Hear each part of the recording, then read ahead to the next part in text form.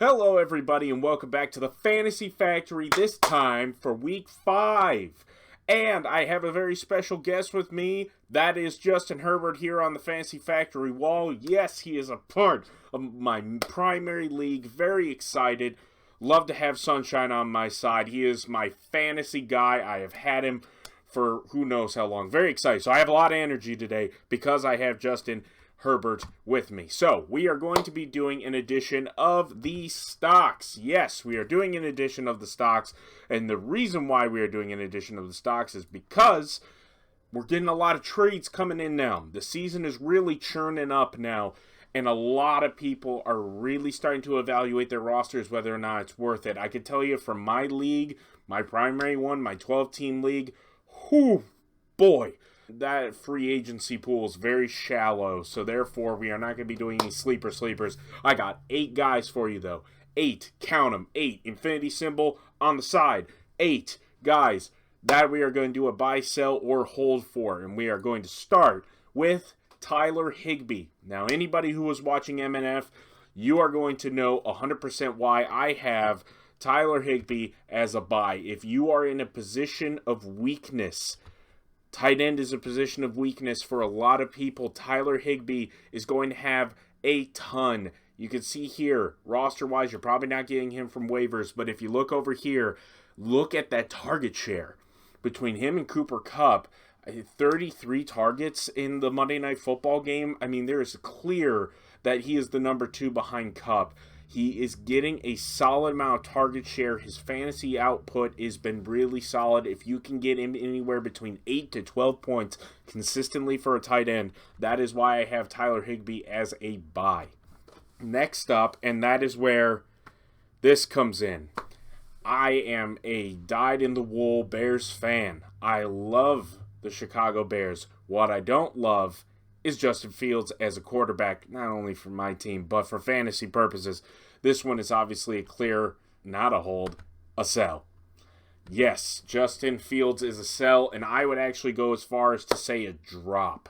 I don't even know if you're going to be able to sell him at this point. 44% rostered. For anybody in a super flex, get off this dude. He is a sell. The Bears, this is a remarkable stat that came through. Justin Fields has less completions as a quarterback than Cooper Kupp has receptions through 4 weeks. Let that sink in.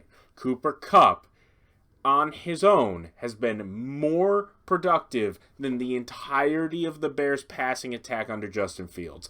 It hasn't looked the same. Trubisky was clearly a far superior quarterback, at least from a fantasy perspective. Justin Fields, I mean, he's not running because they want him to learn within the pocket, but he isn't fitting into this offense, and Eberflus isn't exactly known for being an offensive stalwart genius anyway, on top of the fact that the Bears seem completely content on leaning on the defense in the running game, as is always the case in Chicago. Therefore, Justin Fields, again, is going to be a hard sell. By far our number 1 sell / drop of the week. Next up, we have Chris Olave. Now, Chris Olave is somebody who has really benefited from one of the primary things on the Fantasy Factory that we care about. Look at all those targets. 2 weeks in a row with 13. He had 7 this last week, but he was able to score a touchdown. Chris Olave has been somebody that has really filled the void. Michael Thomas kind of looked like he was going to be getting in there a little bit, but Chris Olave has clearly been somebody that has grown and been a benefit for this franchise. And so for that, obviously, it's going to be a buy for Chris Olave. He's somebody who you can definitely get as a wide receiver 2 flex option. I think he could be a really solid pickup, especially for padding some roster depth as the bye weeks start to hit us. Michael Pittman is a kind of opposite end of the coin. Now, I know our own DSN on Beyond the Box and the corner, AJ Riley, has loved Michael Pittman. He basically drafted him in all his leagues. However, Matt Ryan is a absolute dumpster fire. I mean, Michael Pittman has suffered greatly for that. Michael Pittman's not a bad receiver, but as you can see here in his week 4, I mean, those types of games are going to happen quite often. That type of volatility has it where, without question, I have Michael Pittman as a sell. I would say that, in fact, if you could swap Olave for Pittman, that would actually be not a bad trade. Pittman, I would argue, probably has a little bit more upside. However, the consistency just will not be there because Matt Ryan and that offense for Indianapolis is atrocious. And we've seen that over the first 4 weeks, and it's hurt another guy who's going to be on this list as well. James Conner is somebody that I actually drafted in almost all of my leagues. However, I have luckily been able to move off him, and I say luckily because he is a sell option as well. James Conner, if you look here specifically at the second column in, that is the amount of carries that he's had, and then next to that is yardage. If you do some quick math there, you'll be able to figure out pretty quickly, oh man, this dude is so inefficient running the ball. I mean, even though he outgained Eno Benjamin and Damian Williams, he still is just doing so poor at carrying the ball. And I know that's not going to be Arizona's game in general, but for fantasy purposes, especially because for some people, especially for positions of weakness, I know that was the case for me. I had him as my RB1. I was able to flip him for Miles Sanders, though, which... Oh, I'm so glad that I got rid of him because, oh man, if I had James Conner as my number one, that would have been rough. He still is viable if he is deeper on your roster, but I have James Conner as a sell. The inefficiency there's a chance he could wind up losing the job, and the health reasons obviously speak for themselves too. This is a guy that is very interesting. I obviously already talked about Michael Pittman and his suffering under the Matt Ryan-led offense, and Frank Reich seems to just be unable to concoct a consistent offense. They keep cycling through these veteran quarterbacks, and in turn, it has hurt Jonathan Taylor greatly. However, no, this is a hold. Just like Joe Mixon. As I said last week on the Fantasy Factory, Joe Mixon was a hold because of the way that the Cincinnati offense was turning, and look, lo and behold, of what he did last week, and I only expect him to be getting even better in terms of Joe Mixon. Do not despair. You pick Jonathan Taylor as number one overall or spent $60+ in auction for a reason.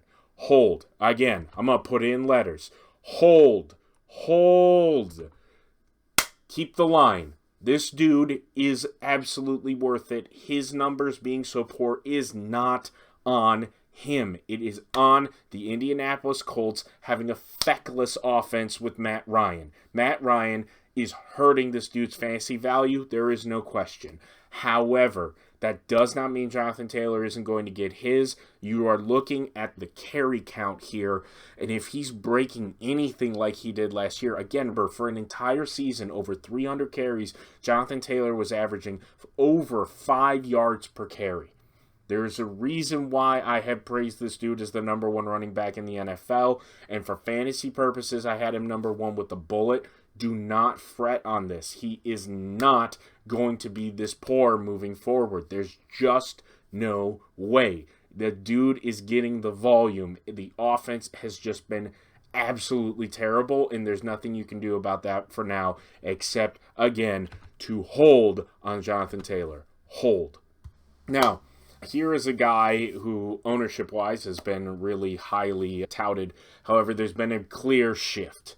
Now, there have been some observations that the NFL, some teams are really starting to emphasize more of a bruiser-type mentality, where you're kind of banging it out, so to speak, where you have San Francisco has been that way. Obviously, Green Bay has been turning that way. Tampa Bay, in a way, with Leonard Fournette, has kind of gone that route. In Philadelphia, for all the sparks that Jalen Hurts has, I mean, they're still running the ball down people's throats.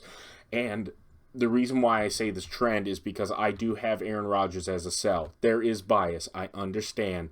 However, from a fantasy perspective, if you're looking at his point totals with my hand half cut off, if you are looking at what he is able to do from a fantasy perspective, it is very clear that Matt LaFleur knows what his strengths are. A.J. Dillon and Aaron Jones. And they are running the ball, and they're doing a very good job. It's not like Green Bay is a bad team by any stretch of the imagination, but for fantasy purposes, this has to be a sell. use Aaron Rodgers' name in order to get some value. You can get a better quarterback out there. There are a lot of guys. Trevor Lawrence is somebody who I can foresee being a lot better than Aaron Rodgers for fantasy purposes. He's steady Freddy. He's going to get you no less than at least 12 to 15. I mean, the first week against Minnesota was kind of an anomaly. We know how Aaron Rodgers is week one. However, I just don't want to rely on this guy considering the path that this offense is heading. And as the weather gets colder, defenses stiffen up, injuries start to take place. I would have Aaron Rodgers as a tepid sell. Nowhere near the same as Justin Fields, but a tepid sell. And my last one, and this one is absolutely my most effusive praise that I can make. I'm going to put it out there right now. That is a buy with the absolute highest exclamation point. There is a reason why. Drake London has fulfilled the role of a Calvin Ridley very well. Drake London, for all the measurables coming out of the NFL draft, I had a feeling this guy was going to be arguably the best receiver out of the class. It looks like he is. And not only is it that he has the size at 6'4", he's under 220, but he's still big enough. But it's the targets. The target. Kyle Pitts has been nothing, remarkably. And Drake London has had the focal point of the offense. Now, you don't see it here, but his week 4 production has not been great. But that is all the more reason why it is a buy. You can buy low on this guy right now, even though you probably shouldn't. And also, Cordero Patterson being out is going to alter how the Atlanta offense is going to run. Cordero Patterson was very efficient with his running up until he got hurt. Now, are they really going to rely on my guy, Tyler Algier? I love Algier, but he's a rookie.